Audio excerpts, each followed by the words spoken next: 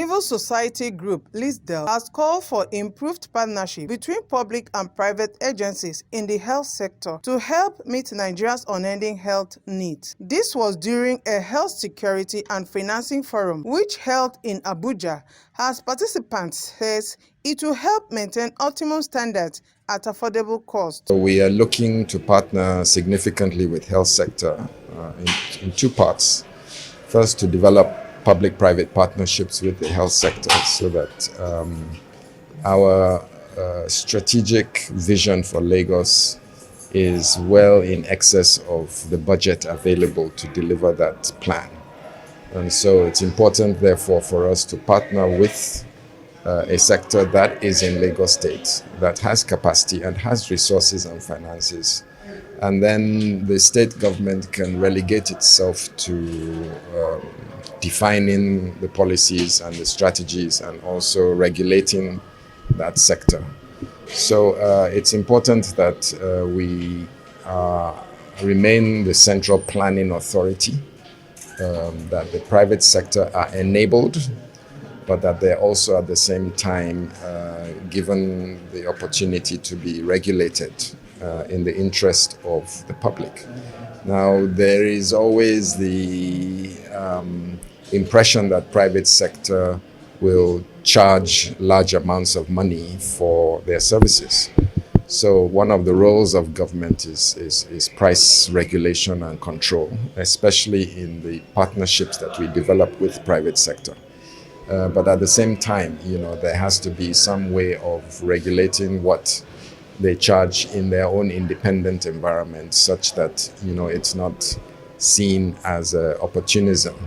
And so we'll work very closely with the associations, the health sector associations, to try to come to some kind of compromise in the interest of people, but not allowing compromise of quality and standards. Finally, the government should be setting up the standards and the benchmarking with which private sector should follow. So if it is in a general hospital, this is the standard that we expect, not only in terms of infrastructure, but in terms of treatment and management, that there are standard SOPs and that there is evidence-based medicine that is applied so that a patient coming into a facility is treated according to international best practices and not,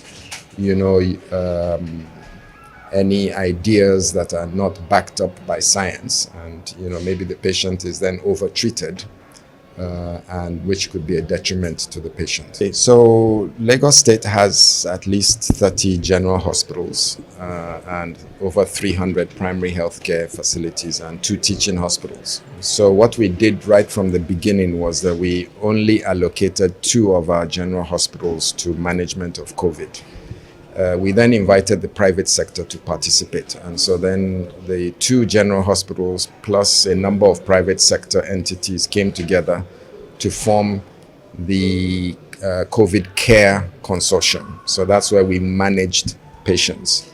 In addition, we had about 3 or 4 public health laboratories where we did the PCR testing. And as you know, the whole world was saying the best way to manage COVID is to test and expand your testing. So we couldn't expand testing within 4 laboratories. So we had to, and we didn't want to set up COVID testing laboratories in all our general hospitals. So what we did was to form a private-public COVID lab consortium. So now what we had as a result of this partnership was we had 2 general hospitals, and we had 4 public health laboratories, and then we had a large number of private sector that formed the COVID diagnosis and COVID care consortium. And then the rest of the general hospitals and the rest of the private hospitals that were not involved in COVID were managing everything else.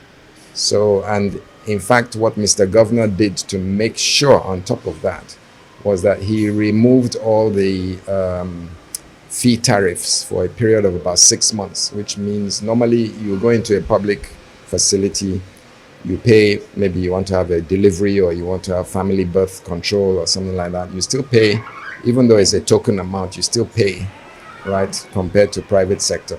But what Mr. Governor did was that he removed all the tariffs. So that meant that people could go to these facilities and access care totally free of charge, give birth to their babies. And so what we found during COVID was there was actually more patronage of our facilities than before COVID. So that meant that we were able to separate COVID management from everything else. You have to manage information very carefully. If you don't want to set up panic, but at the same time, you want to give the public a sense of significance and seriousness. So 500,000 is a lot of people, but it wasn't, everything. And in fact, we were testing and we knew that we were not capturing all the positives because you needed to literally be testing almost every household to actually know how many people. But modeling is very clever and it gives you from a cohort, you can extrapolate what you find in a small group to the environment. And so our modeling, we use small groups and we found the positivity within small groups and we could extrapolate that to the general public. And it showed that COVID moved very quickly through the population in Lagos. Because of the high density of Lagos, everybody is choked up in houses. You can have up to 20 people in one room. Buildings right next, face me, I face you. Poor sanitation, poor ventilation. And even with Omicron, which is more contagious than Delta, we found that it went through Lagos like wildfire. So everybody at one point in time had upper respiratory tract infections. Omicron didn't make people as sick as Delta, so luckily our hospitals were not overcrowded by infected people with Omicron. But certainly over the Christmas period, a lot of people in Lagos caught Omicron and had the milder symptoms of Omicron compared to Delta. We don't know what the new variants are going to do. We're already hearing about new variants coming out of Hong Kong. Already in Europe, the Omicron BA.2, which is even more contagious than Omicron. So we have to be careful about our port of entry. Again, Easter is coming. Ukraine people are coming back from Europe. We're in a political year, so lots of political gatherings, super spreader events. So these are the things that we as Nigeria need to be cognizant of. And of course, keep up the vaccination so that even when a new wave of a variant possibly comes, that while it spreads, it doesn't make people as sick as they would have been if they were not vaccinated. So we've learned, with each wave, we've learned a lot of lessons, and we know how waves start now in Lagos and in Nigeria. So it's a port of entry, and it's the compliance to our guidelines that have been set up by the Presidential Steering Committee. So if we can control the port of entrance and we can ensure that Lagosians are compliant with the guidelines, which is if you're coming in, you do your test on day 2, you vaccinate. If you're positive, you isolate. Those are the very simple guidelines, and that we make available the vaccines, the first dose, second dose, boosters, especially for high-risk groups, and that we continue our public awareness campaigns, then we've survived 4 waves. Unless a variant comes out that is lethal, I think that we will survive subsequent waves as long as we are doing what the Presidential Steering Committee wants, and that we're controlling access into Lagos, and that our citizens are obeying the guidelines, the rules, and the regulations. Otherwise, our sanctions kick in, and we ensure through the laws and through the security agencies that we as citizens, just like in other parts of the world, we follow the rules and we follow the regulations. People are trying to force us to give up the testing, but if we don't test, we won't know. And we're also sequencing now in Lagos, so we can tell what variants are circulating and what is being imported into the country and what is developing even in the country. As it's not just what we import. We also may be developing variants in Nigeria. So it's important that we are also part of the global community and can contribute to the science and the technology of understanding what COVID is going to do moving forward. We want to start living with COVID. But living with COVID is a double-edged sword. We as government say this is what we need to do. Citizens have to follow those guidelines, which are informed guidelines, so that we can keep our economy open and people safe. It is just wisdom that any institution that is not achieving as much as another that is being applauded should try to go out of his way to learn how that state achieved the success. So I believe other states that are coming behind Lagos State will endeavor to approach the state government authorities and the relevant participants to take advice on how they can do better. Everybody is trying, but it's just a matter of people get more accolades than the others. So it's a matter of sharing successes and peer reviews of what the processes that they are all going through. Honesty of purpose,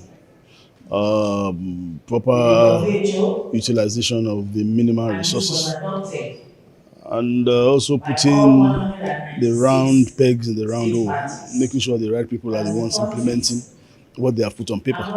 All the states, they have good theory, they have good plans, but I believe the problem is who is implementing and the dedication of the implementers.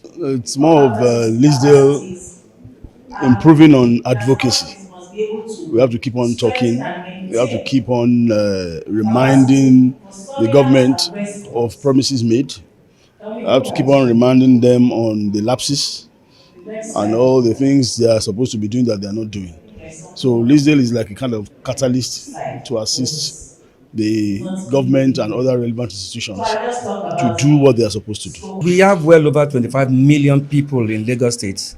So that is about, let's say, about 25% of the total population of the whole nation. And with the influx of people into the state, we need to do justice to that for us to be able to accommodate, the health needed by the people of the state. By that doing, we need to engage the private sectors. How do we engage them? Most of the facilities we have in Lagos State, it is called government-private PPP. We engage the private. The government will own the facilities. Maybe the private will need to contribute one or two things into the system. By so doing, they will be able to monitor. Our bureaucracy, the way and manner our people behave at times when it comes to government property. So if private is involved, fully involved, there's no way if your money is there, you want to monitor where you put your money. So at that point, we've been able to sustain a lot of things. We've been able to manage a lot of things under the health system in Lagos State. And we're enjoying it. And on the issue of the next level in Lagos State, from the slide the commissioner presented, you will see that Lagos State is moving from that lower level to a higher level because all the primary healthcare facilities, they are moving from that lower standard to higher standard. So we are trying to upgrade all facilities, not just the primary healthcare facilities. Secondary facility, we are going to upgrade them. The work is ongoing. We've laid the block of some of the general hospitals, that's secondary facilities. By the time we put all those things in action, health system in Lagos State will be highly improved and will be able to accommodate more than enough people of the state. I think it's an opportunity to harness various efforts that are actually leading to results at subnational level in area of health security. So as you can see from the theme, it's about the exemplary policy and financing, whatever at the subnational level. So why we actually did that is that our project has been supporting a number of states to strengthen the policy and institutional and framework for health security at subnational level. So a lot of things have happened in terms of supporting states to conduct joint external evaluation that form the basis for domesticating their national action plan on health security. It has helped them to develop legal framework, creating budget line for health security, successfully doing budget advocacy towards ensuring that governments allocate more money for health security.